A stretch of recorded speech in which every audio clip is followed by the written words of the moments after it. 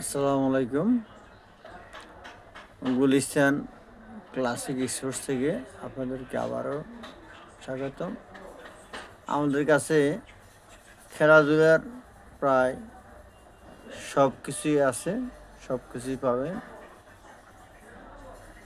আমরা চেষ্টা করছি আপনাদের জন্যে খেলাধুলার সব মালই রাখার জন্যে। আপনাদের চাহিদা অনুযায়ী সব মালই আমরা রাখার চেষ্টা করতেছি।